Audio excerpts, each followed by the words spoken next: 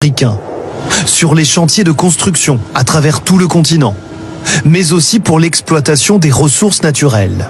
En l'espace de 20 ans, la France, ici en bleu, premier partenaire économique dans de nombreux pays, a laissé sa place à la Chine, représentée en rouge. Dans le détail, le poids économique de la France en Afrique a été divisé par 2 en seulement 20 ans, alors que la Chine s'envole et que d'autres pays comme les États-Unis, l'Allemagne et l'Inde sont aujourd'hui au même niveau que nous. Pour s'imposer sur le continent, la Chine multiplie les contrats XXL, des usines implantées en un temps record, et juste à côté si besoin, on investit dans des routes et des infrastructures. Une stratégie implacable, avec un interlocuteur pour une multitude de secteurs.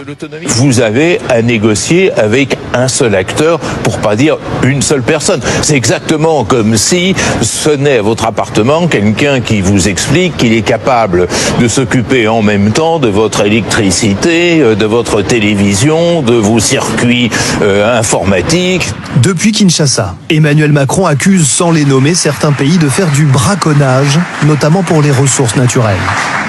Ils sont plus efficaces, ils ont des normes encore plus basses que les nôtres, ils respectent pas les critères de l'OCDE, ils massacrent encore plus l'environnement. Donc franchement, l'économie de prédation qui a été appliquée il y a des décennies par les Européens, maintenant, il y a des gens bien meilleurs que nous. Alors comment s'imposer? En jouant la différence. C'est le pari de cet entrepreneur français spécialisé dans les drones et déjà installé en Afrique. C'est plus facile de venir faire quelque chose ici, à Kinshasa pour moi, que d'essayer de faire quelque chose en Allemagne. Pourquoi ? Pourquoi ? Parce que ça a déjà été fait en Allemagne et qu'ici tout est à faire. L'Afrique, continent du futur sur la planète d'ici la fin du siècle, près d'1 habitant sur 2 sera africain.